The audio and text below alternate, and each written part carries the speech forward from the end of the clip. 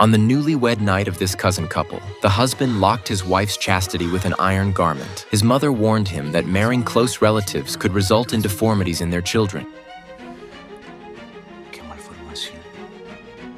Una cola de cerdo. But the husband only wanted to experience a real, passionate first night. A mí sí me importa. Yo no voy a parir cerdo. Unable to resist his wife, their first night ended abruptly. Stripped of his marital rights, he wandered through his days in a daze. Even stealing a glance at his wife became a luxury. This life had dragged on for months, and in the midst of such extreme dissatisfaction, cockfighting became Daniel's only form of entertainment. Daniel's rooster quickly won the match, but the opposing fighter, after losing, made a cruel, widely known joke right in front of him. A joke everyone knew but refused to speak of openly. The gossip about Daniel and his wife had long spread, and everyone tacitly avoided the topic. They knew Daniel was easygoing, but also understood the lengths he could go to when provoked.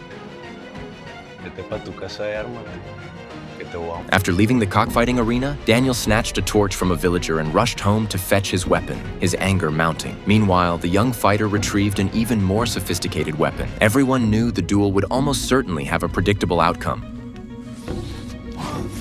What no one anticipated was how abruptly it would end. The element of surprise was, after all, Daniel's signature approach. That night, his wife finally realized the long-standing humiliation Daniel had endured while away from home.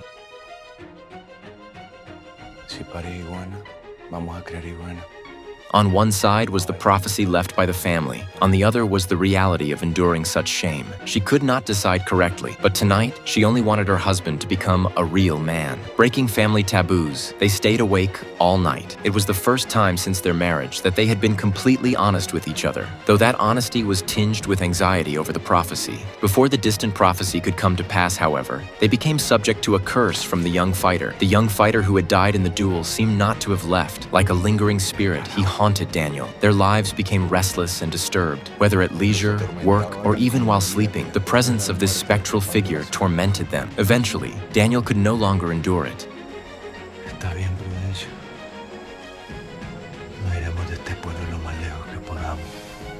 Her father had prepared a box of gold coins as a gift, his most treasured possession, a final blessing for their parting. Yet the mother's sanctimonious comments turned this farewell into an unpleasant event.